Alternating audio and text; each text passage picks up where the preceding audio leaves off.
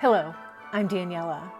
In a few days, we'll begin the Slow Stitching Project, Stitch the Season 2022. Now, for those of you that weren't here last year for the Stitch the Season 2021, this project is full of slow stitching prompts for the holidays, and it's geared around Christmas. The themes all come from winter subjects, Christmas ideas. I'll give 10 prompts, and those include the cover, both the cover and the back, as well as 8 pages.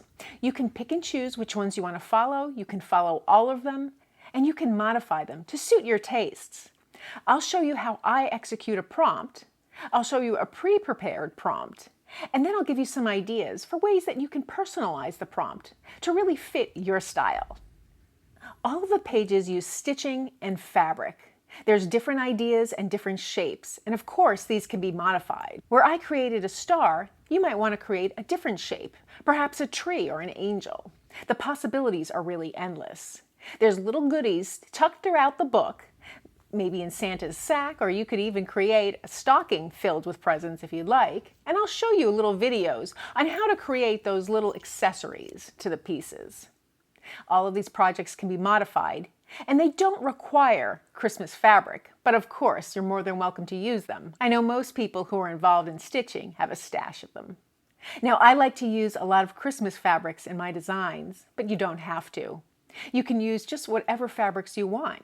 You can make it as bold and bright or as elegant and subtle as you like. You can stitch with pearls and beads. You can use jingle bells, shells, anything you can stitch down, you can put in your Stitch the Season 2022 book.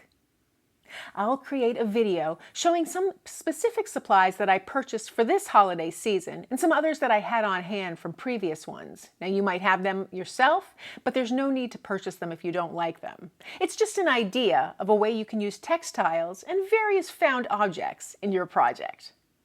Now, this project will start on November 7th, and then every other day I'll release a new prompt and a video showing how I execute it. We'll continue until the project is done.